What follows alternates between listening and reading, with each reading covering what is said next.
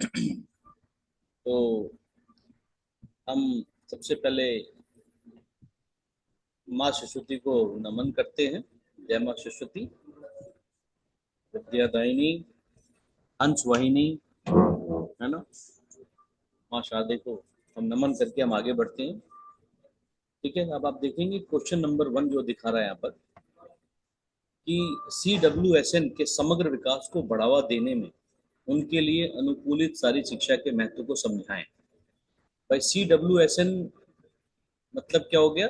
Child with special need. तो इसमें आप देखेंगे कि इन्होंने फर्स्ट ऑप्शन दिया है कि अनुकूलित सारी शिक्षा केवल शैक्षणिक उपलब्धि के लिए है, मतलब सिर्फ उसको एकेडमिक ही बनाएगी, एकेडमिक अचीवमेंट ही दे पाएगी। बिल्कुल गलत है, ऐसा नहीं है। फिर दूसरा, अनुकूलित सारी शिक्षा CWSN में मोटर कौशल, सामाजिक संपर्क व आत्मसम्मान को बढ़ाती है। ये बिल्कुल ठीक दिख रहा है।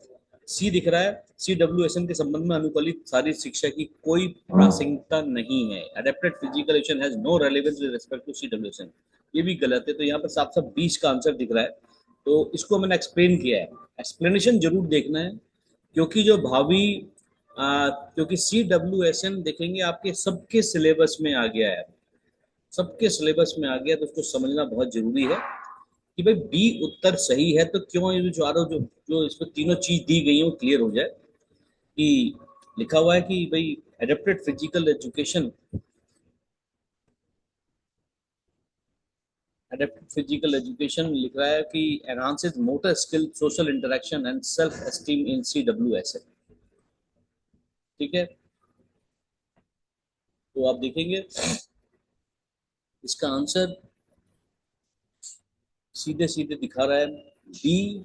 भाई बी क्यों है उसको समझना है, एक्सप्लेन किया हमने यहाँ पर कि अनुकूलित सारी शिक्षा विशेष आवश्यकता वाले बच्चों के लिए महत्वपूर्ण है, क्योंकि यह उनकी व्यक्तिगत क्षमताओं और आवश्यकताओं के अनुरूप है। ये इसमें महत्वपूर्ण भूमिका निभाता है। भाई इसके अंदर जो उन्होंने 3 पॉइंट दे रखे हैं, पहला एनहांसेस मोटर स्किल, उसका मतलब क्या है? मोटर कौशल को बढ़ाना, उचित गतिविधियों और संशोधन प्रदान करके अनुकूलित सारी शिक्षा शारीरिक समन्वय और मोटर क्षमताओं को बेहतर बनाने में मदद करती है। दूसरा बोलता है सामाजिक संपर्क को बढ़ावा देना।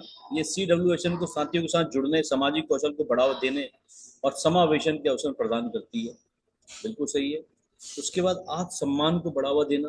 अनुकूलित सारी शिक्षा गतिविधियों सफलता से आत्मविश्वास और सकारात्मक आज छवि बढ़ सकती है। तो कुल मिलाकर अनुकूलित सारी शिक्षा CWSN के समग्र विकास को समर्थन करती है, उनकी शारीरिक, सामाजिक, भावनात्मक जरूरतों को पूरा करती है। ये आप देखेंगे कि मेन जो एडेप्टेड फिजिकल एजुकेशन का जो मेन ऑब्जेक्टिव्स हैं वो तीनों ऑब्जेक्टिव्स यहाँ दे रखे हैं, इसको समझ सकते हैं आप, है ना। तो इसका आंसर आपने देखा, इस क्वेश्चन का आंसर हुआ हमारा बी।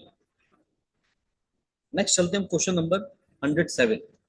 ये बोल रहा है कि CWSN के शारीरिक शिक्षा में उपयुक्त अनुकूलन के साथ विशिष्ट विकलांगताओं को सह संबंधित करें।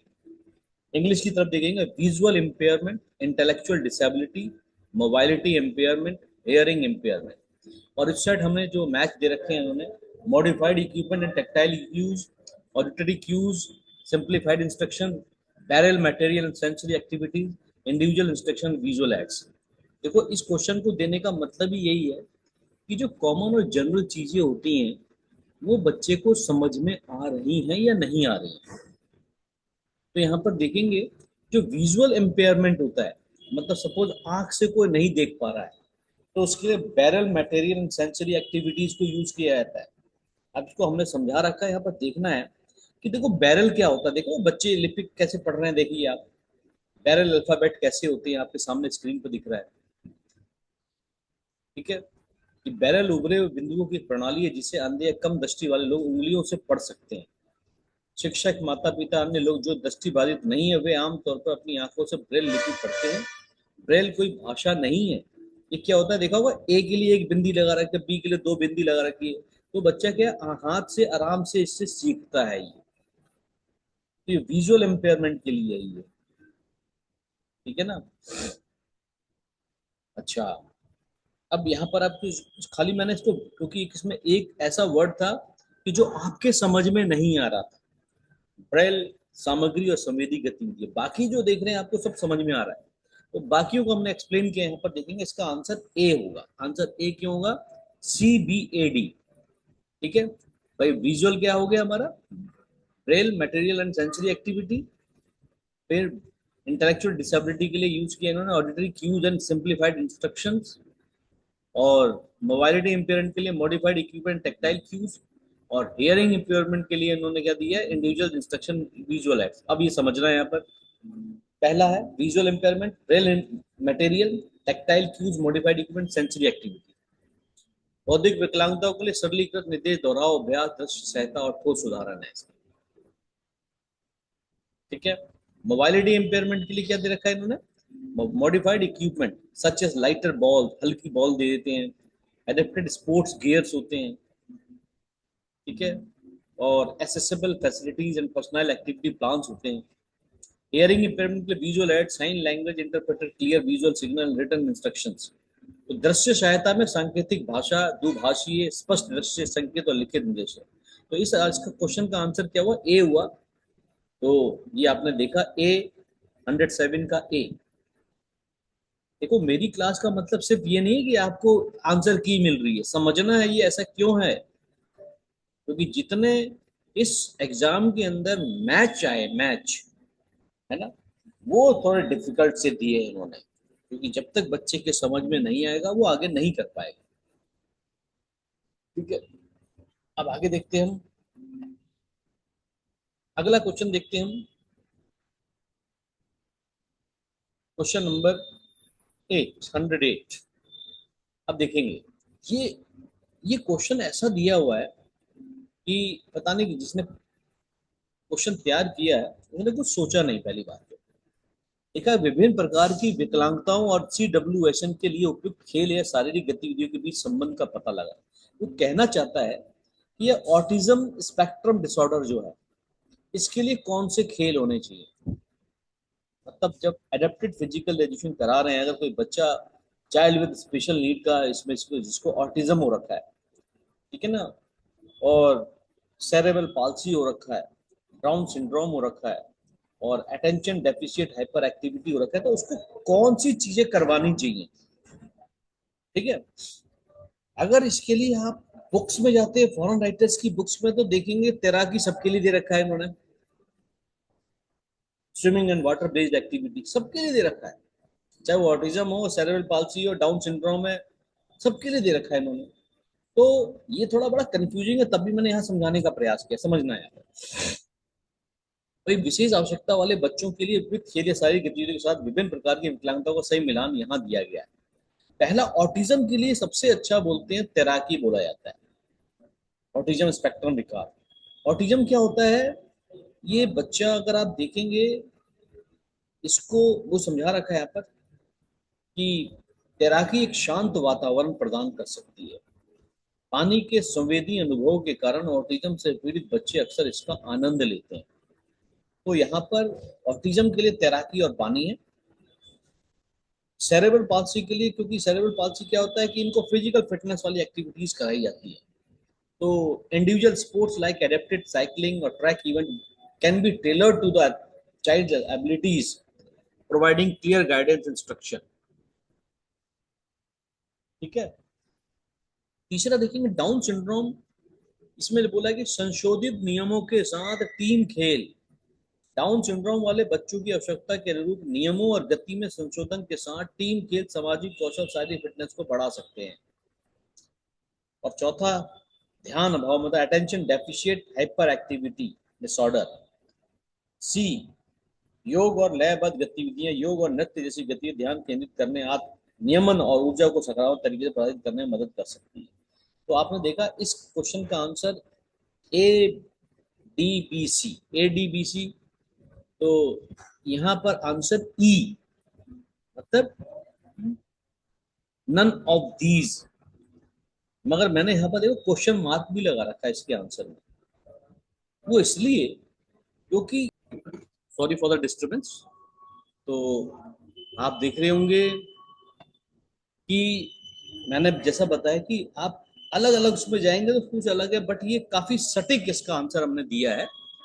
तो ADBC है ना, एडीबीसी से अगर देखते हैं हम इसके आंसर को अंदर, तो एडीबीसी कहीं नहीं है, तो उपयुक्त में से कोई नहीं, ई मैंने आंसर दिया इसका।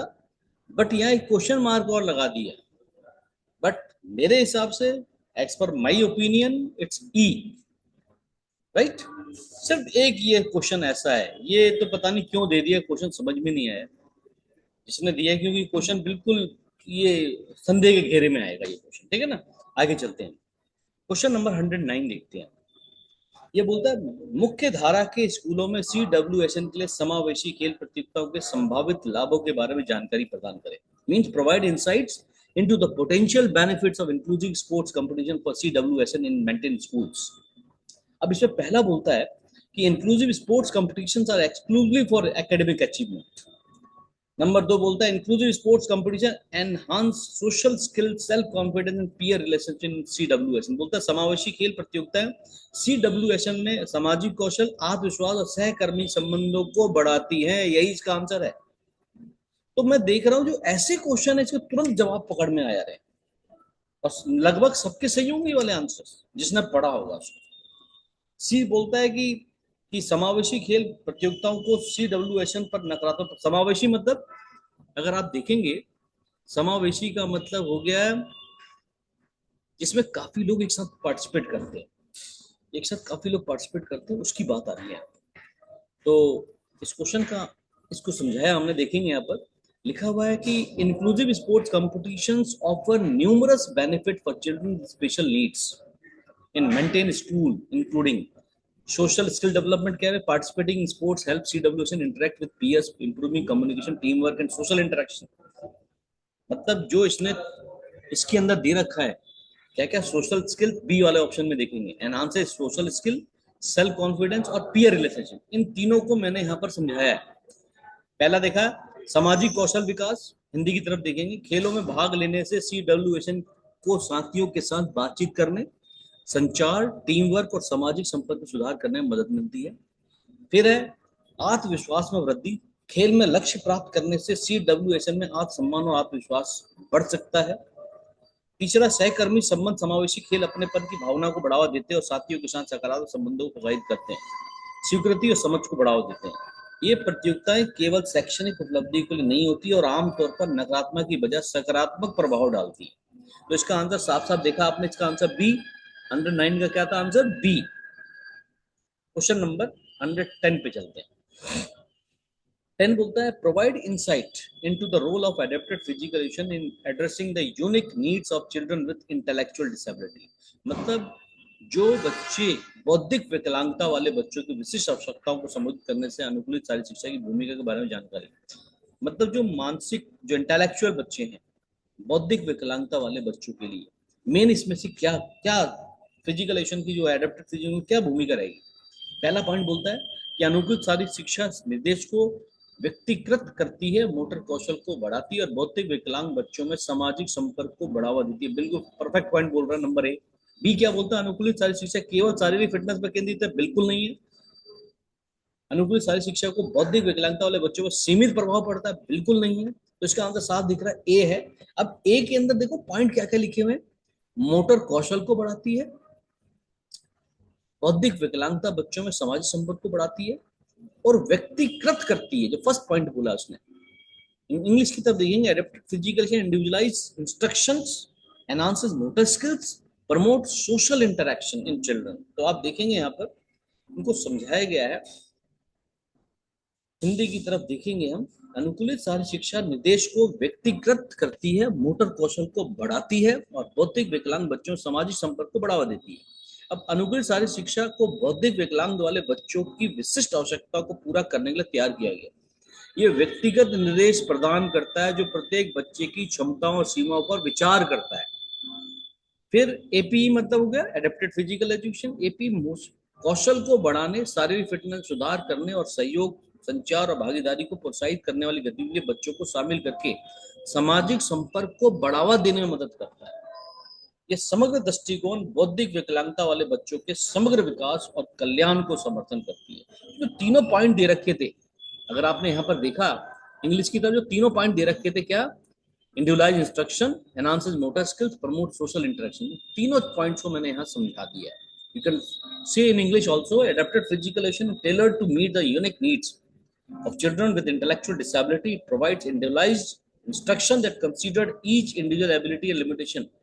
AP help enhance motor skills, improve physical fitness, and promote social interaction by engaging children in activities that encourage cooperation, communication, and participation. This holistic approach support the overall development well-being of children with intellectual disability. तो इसका answer आप देखेंगे ए, इसका answer दिखेगा आपको, ये देखा आपने आंसर ए। 111 की तरफ चलते हैं। लिख रहा है कि during intense weight lifting session, मतलब गहन भारोत्तोलन सत्र के दौरान, an athlete experiences muscle fatigue and cramping, मतलब एथलीट की मांसपेशियों में थकान, मतलब फटिगनेस आ गई, और ऐठन का अनुभव होता है। ऐठन मतलब क्रैम्प। क्रैम्प का मतलब, क्रैम्प कब आते हैं बॉडी के अंदर, हमारे शरीर के अंदर, जब हमारे शरीर के अंदर जो विद्युतीय अपघटक होते हैं, इलेक्ट्रोलाइट्स होते हैं, उन इलेक्ट्रोलाइट्स के अंदर असंतुलन आ जाए। इलेक्ट्रोलाइट्स क्या होते हैं? जिनके चार्ज होते हैं, पॉजिटिव और नेगेटिव चार्ज। सुना होगा कैल्शियम आइंस, आइंस जहां लगा रहता है ना, sodium ions, magnesium, chlorine, right. तो वो आइंस का मतलब पॉजिटिव और नेगेटिव चार्ज होते हैं। नोट कर लेना, अगर पॉजिटिव चार्ज है इसका मतलब प्रोटॉन अधिक है, प्रोटॉन, और नेगेटिव चार्ज अधिक है तो न्यूट्रॉन अधिक है। तो पी फॉर पॉजिटिव, प्रोटॉन का मतलब पॉजिटिव, राइट। तो यहां पर साफ साफ दिख रहा है कि भाई इलेक्ट्रोलाइट्स की बोल रहा है तो भाई विटामिन से लेना देना ही नहीं है आपका। सीधे सीधे हमारे इलेक्ट्रोलाइट्स विद्युतीय अपघटक, मैंने बताया कैल्शियम, पोटेशियम, फास्फोरस, सोडियम, इनसे लेना देना है। तो यहां पर आपको दिख रहा है कि आंसर मैग्नीशियम डेफिशिएंसी होगा। इसको मैंने समझा रखा है, समझना है। हिंदी की तरफ देखिए, गहन भारोत्तोलन सत्र के दौरान मांसपेशियों में थकान और ऐंठन अक्सर मैग्नीशियम की कमी के कारण के लिए जिम्मेदार ठहराया जा सकता है। मैग्नीशियम संकुचन और विश्राम, मतलब कॉन्ट्रैक्शन और रिलैक्सेशन सहित मांसपेशियों के कार्य में महत्वपूर्ण भूमिका निभाता है। मैग्नीशियम की कमी से मांसपेशियों में ऐंठन और समग्र थकान हो सकती है। मतलब इंग्लिश की तरफ देखेंगे तो सेकंड लाइन है, a deficiency in magnesium can lead to muscle cramps, spasm. Spasm का मतलब क्या होता है? मसल कठोर हो जाती है, एंड ओवरऑल फटिग, ठीक है ना।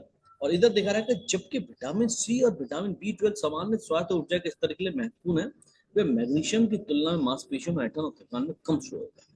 While vitamin C and vitamin B12 are important for general health and energy level, they are less directly associated with the muscle cramps and fatigue compared to magnesium. Clear हो गया? तो यहाँ पर क्या हुआ, मैग्नीशियम मेन यहाँ पर क्या काम कर रहा है, किड्स रिड्यूस द मसल फटिगनेस और क्रैम्पिंग को कम करता है, ठीक है ना। क्रैम्प का मतलब समझ में आ गया। Cramp means the imbalance in electrolytes in our body which create a cramp, है ना। फिर अब चलते हैं तो 111 का आंसर हमने देखा सी। 112 की तरफ चलते हैं। यहाँ पर वही रीजन एक्सर्शन, क्योंकि जब भी मैं पढ़ा रहा था आपकी एग्जाम से पहले मैंने बार बार ये बोला गया था मेरे द्वारा कि याद रखना कि एग्जाम के अंदर क्वेश्चंस ऐसे ही आएंगे, ठीक है ना। मेरे को तो मुझे अंदेशा था। कई बच्चों ने मैसेज भी किया कि सर ही ने पेपर बनाया। मैंने क्या पेपर बनाया? मुझे हमें मालूम है कि क्वेश्चंस ऐसे ही आने हैं, क्योंकि उनको टीचर चाहिए, टीचर, एक स्टूडेंट नहीं चाहिए। एक ऐसा स्टूडेंट नहीं चाहिए जिसने हवा में बीपीएड कर रखी है। उनको तो स्टूडेंट चाहिए ऐसा जिसने पढ़ रखा है, बच्चों को समझा सके, इन पॉइंट्स को समझा सके, उनको हैंडल करना पड़ेगा। अभी आप देखेंगे बड़ा साइंटिफिक होते जा रहा है फिजिकल एजुकेशन। तो क्या लिखा है कि खेल प्रदर्शन को अनुकूलित करने के लिए पोषक तत्वों के सेवन का समय महत्वपूर्ण है। भाई टाइमिंग ऑफ न्यूट्रिएंट इनटेक की क्रूशियल प्रॉपर्टी जाएगी स्पोर्ट परफॉर्मेंस। अगर स्पोर्ट परफॉर्मेंस में अच्छा देना है तो टाइमिंग मालूम है क्या है, कि खेल से लगभग 4 घंटे पहले भोजन करना चाहिए। ऐसा क्यों बोला जाता है? क्योंकि जो आपने भोजन खाया है आपके पेट में से, मतलब आमाशय, स्टमक में से, वो भोजन कहाँ पहुंच जाए, हमारी इंटेस्टाइन में, छोटी आंत में पहुंच जाए।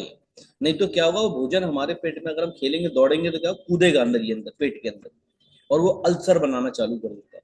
इसलिए खिलाड़ियों को हिदायत दी जाती है कि भाई जब आपका ट्रेनिंग शेड्यूल है, जब आपका मैच है, कंपटीशन है, उससे 4 घंटे पहले भोजन कर लीजिए, अदरवाइज आप लिक्विड फूड ही खाएंगे। और टाइमिंग और न्यूट्रिएंट इंटेक, आपको पता है टाइमिंग क्या सेट कर रखा है? 6 मील ए डाइट। मतलब एक खिलाड़ी को जब कैंप लगता है तो 6 बार भोजन मिलता है। आपको पता है कि जब डाइटरी चार्ट बनता है खिलाड़ी के लिए, तो मैंने बता रखा है कि खेलों को 4 प्रकार में बांटा गया है। आप बुक में जाके देखेंगे, न्यूट्रिशन वाले पोस्टर के लास्ट में जाएंगे आप, light sports, moderate sports, heavy sports और एंड्योरेंस टाइप ऑफ स्पोर्ट्स।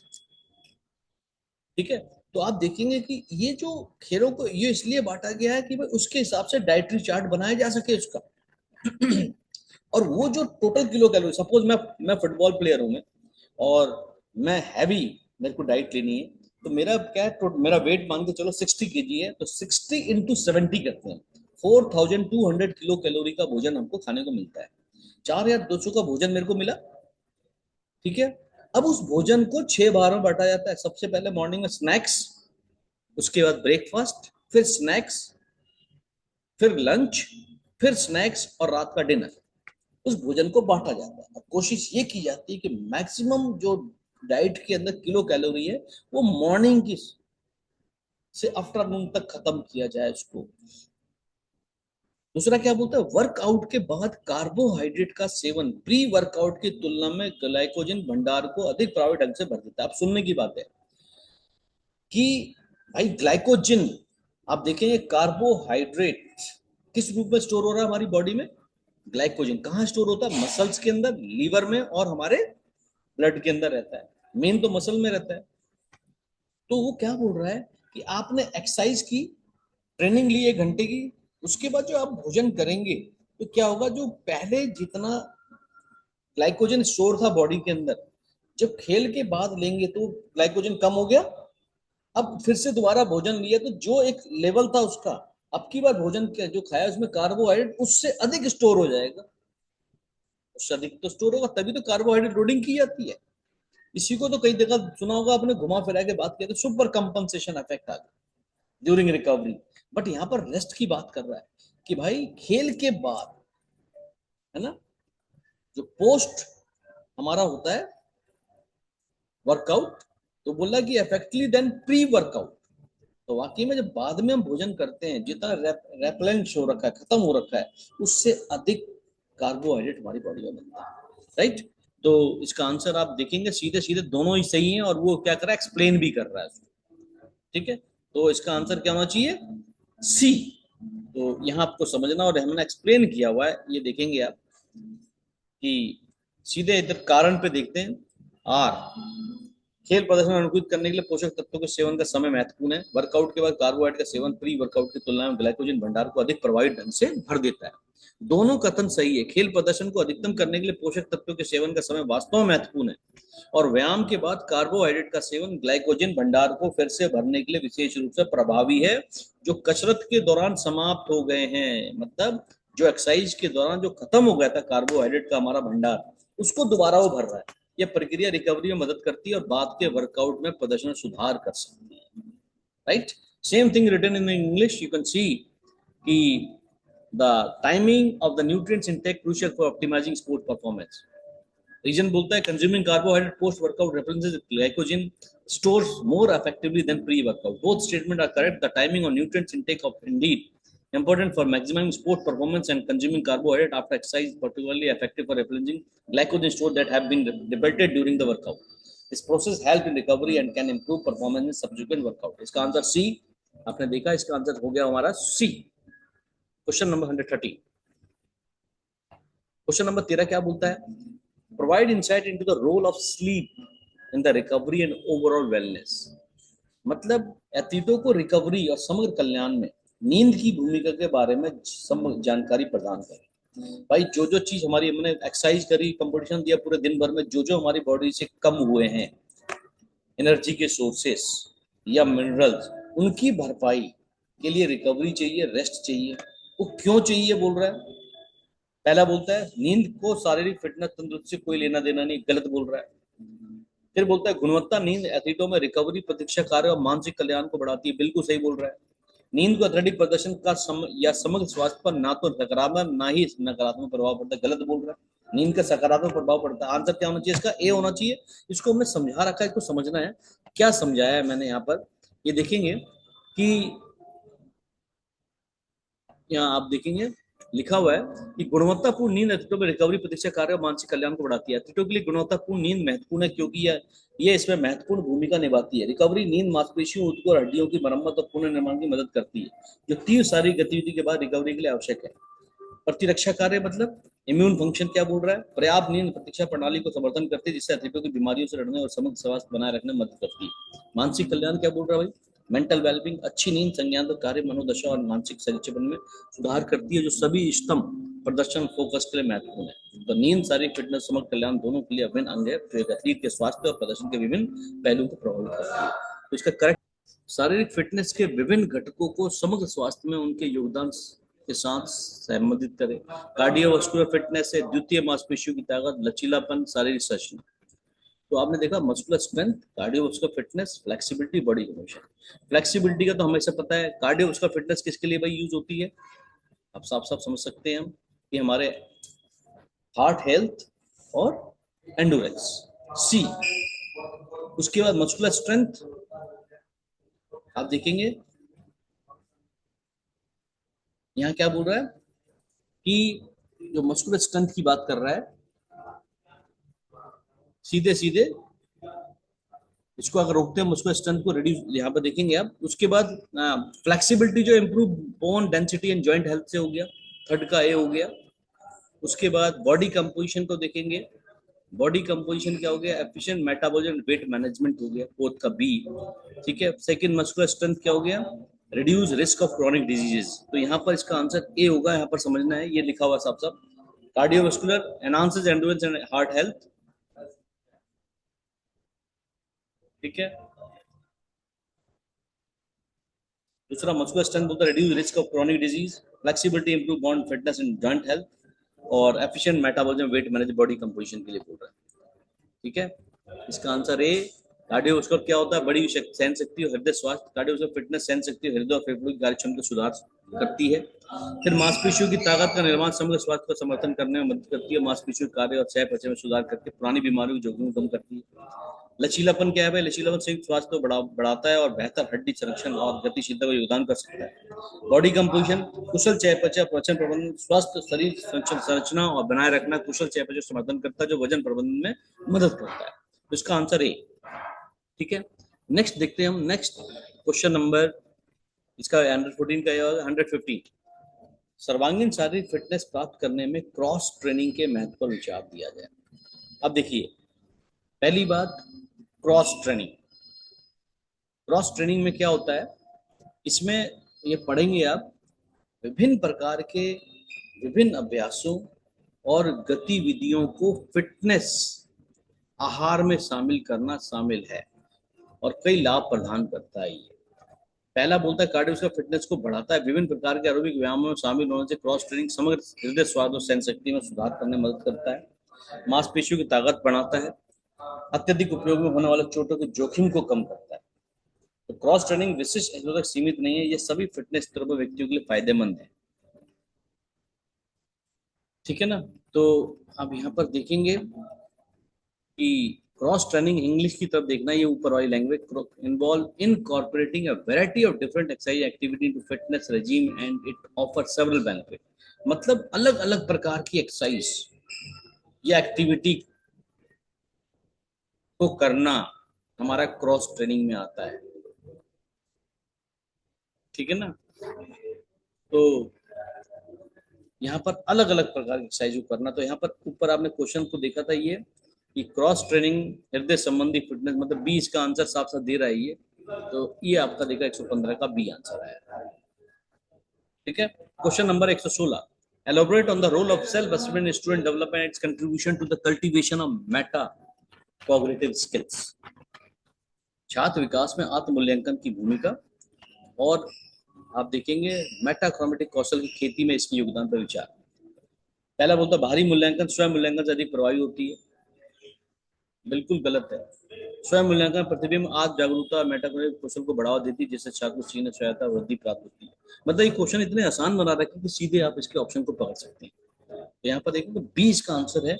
यहाँ समझना है कि बी क्यों है, इसको मैंने एक्सप्लेन किया हुआ है। बी यहाँ देखेंगे, बी आत्म मूल्यांकन प्रतिबिंब आत्म जागरूकता मेटा नेगेटिव कौशल को बढ़ावा देते हैं, जिससे छात्र को सीखने की क्षमता और सहायता बढ़ती है। स्व मूल्यांकन छात्र विकास और मेटा कॉग्निटिव कौशल की महत्वपूर्ण भूमिका निभाते हैं। कल्टीवेशन, यहाँ पर कल्टीवेशन आना चाहिए। तो फॉस्टर क्या बोला, रिफ्लेक्शन। स्व मूल्यांकन छात्रों को अपने स्वयं के प्रदर्शन, सीखने की रणनीति और प्रगति प्रतिबिंब करने के लिए प्रोत्साहित करता है। यह प्रतिबिंब उन्हें अपनी शक्तियों और सुधार के क्षेत्र को समझने में मदद करता है। दूसरी तरफ यहाँ पर देखेंगे, आत्म जागरूकता को बढ़ावा देता है। अपने स्वयं के काम और सीखने की प्रतिक्रिया को मूल्यांकन करके छात्र अपनी क्षमता और चुनौतियों के बारे में जानकारी प्राप्त करते हैं। और यह आत्म जागरूकता यथार्थवादी लक्ष्य निर्धारित करने और सुधार के लिए रणनीति विकास करने की कुंजी है। फिर हम मेटा कॉग्निटिव कौशल को बढ़ाता है। स्व मूल्यांकन स्वयं को सीखने और प्रक्रिया के बारे में सोचना शामिल होता है। मेटा कॉग्निटिव कौशल को बढ़ाता है। छात्र अपनी सीखने की रणनीति को योजना बनाना, निगरानी करना, मूल्यांकन करना सीखते हैं, जिससे बेहतर समस्या समाधान, निर्णय लेने की कौशल को वृद्धि होती है। तो ये मेटा कॉग्निटिव क्या हो गया, सेल्फ असेसमेंट। मैंने कैसा पढ़ाई किया, ठीक है ना। स्टूडेंट लर्न टू प्लान, कैसे प्लान करना है मुझे, उसको प्लान करने के बाद मैंने कितना पढ़ दिया, उसका इवोल्यूशन करना, ये मेटा कॉग्निटिव स्किल्स कहलाती है। तो यहाँ पर इसका आंसर आपने देखा, इसका आंसर बी 117। अब देखिए, investigate the drawbacks and benefits of standardised testing. Standardised test में स्टैंडर्ड टेस्ट, कोई भी टेस्ट आपने सुना होगा, ऑफर्ड यूथ फिटनेस टेस्ट, कुछ भी खेल ले लीजिए, क्रॉस वेबर टेस्ट हो गया, है ना। उसके बाद आप देखेंगे जेसीआर टेस्ट हो गया। फुटबॉल के अंदर देखेंगे McDonald soccer test, Johnson soccer test. Basketball में देखेंगे आपका Johnson basketball test, Knox basketball test, Leilich basketball test. ये सब टेस्ट क्या है, स्टैंडर्ड टेस्ट है। तो बोलता है investigate drawbacks and benefits of standardised test. जो भी स्टैंडर्ड टेस्ट है उनके ड्रॉबैक्स क्या है, मतलब डिसएडवांटेज क्या है और एडवांटेज क्या है, अच्छाई क्या है और खराबी क्या है। तो पहला बोलता है standardised testing provide a uniform measure of student performance. दूसरा बोलता है स्टैंडर्ड टेस्टिंग में introduce biasness. Standardised testing has no drawbacks and is most effective measure of student abilities. तो आप देखेंगे ये साफ साफ दिख रहा है कि उपयुक्त में से एक से अधिक है इसका आंसर। हम यहाँ पर देखने की जरूरत है। उपयुक्त में से एक से अधिक मानकीय परीक्षण के लिए, पहला मानकीय परीक्षण छात्र प्रदर्शन का एक समान माप प्रदान करता है। परीक्षण विभिन्न स्कूलों क्षेत्रों के क्षेत्र कहीं भी ले जाओ उस टेस्ट को सेम समान नापेगा। ये नहीं है कि आपने बास्केटबॉल प्लेइंग एबिलिटी के लिए ले गए तो वहां कुछ और नापने लग गया, वो वही यहाँ पर बोल रहा है, ठीक है। उसके बाद इसके ड्रॉबैक्स क्या है, ये तो आपका क्या बेनिफिट हो गया, यूनिफॉर्म है, कहीं भी टेस्ट को ले, स्टैंडर्ड टेस्ट है हमारा, आप फिटनेस टेस्ट को कहीं भी यूज कर लो आप। इसका ड्रॉबैक्स क्या है, ड्रॉबैक है कि भाई मानकीय परीक्षण पूर्वाग्रह को परिचय दे सकते हैं, मतलब biasness. This test can sometime bias towards certain group of student due to socio economic, culture और लैंग्वेज डिफरेंस। क्या हो सकता है कि भाई एक जगह के बच्चे जो है बहुत अच्छे हैं सब रोज, ठीक है, अच्छा है, उनका घरेलू खाना पीना अच्छा है, कल्चर अच्छा है, लैंग्वेज अच्छा है, ठीक है, वहाँ के लोग लंबे चौड़े तगड़े तगड़े हैं, उनको कंपेयर में अगर किसी से करूं मैं दूसरी जगह से, तो हो सकता है यहाँ बायसनेस हो सकती है, इसलिए बोला गया ड्रॉबैक है इसका। Standard testing has no drawbacks and is the most effective measure of student ability. This statement is incorrect, ये इनकरेक्ट स्टेटमेंट है, सी वाला। ड्रॉबैक्स तो है भाई, तो ए और बी, ए तो बेनिफिट बता रहा है और बी इसकी ड्रॉबैक्स बता रहा है। तो आप देखेंगे ये ए जो है इसके बेनिफिट बता रहा है और बी इसका वो बता रहा है, आपका ड्रॉबैक बता रहा है। तो ये more than one of the above, तो 117 का आंसर देखेंगे डी है। अच्छा देखेंगे ये मीटिंग जो है हमारी, जो अभी जूम पे चल रही है ना, ये अभी 1 मिनट के बाद कट जाएगी। कटने के बाद आप फिर इसके जैसे कटेगी उसके 10 मिनट के बाद उसी लिंक से जुड़ेंगे जो लिंक आपको प्रोवाइड हो रखा है, ठीक है ना, उसी लिंक से जुड़ेंगे और ये क्लास आपका रिकॉर्ड होके आपको ऐप पर मिल जाएगी। तो अभी कटने वाली है, तो 117 के बाद हम क्वेश्चन नंबर 118 पे। अब इतने 117 के बारे में किसी को कुछ पूछना है तो बात कर सकता है एक बार।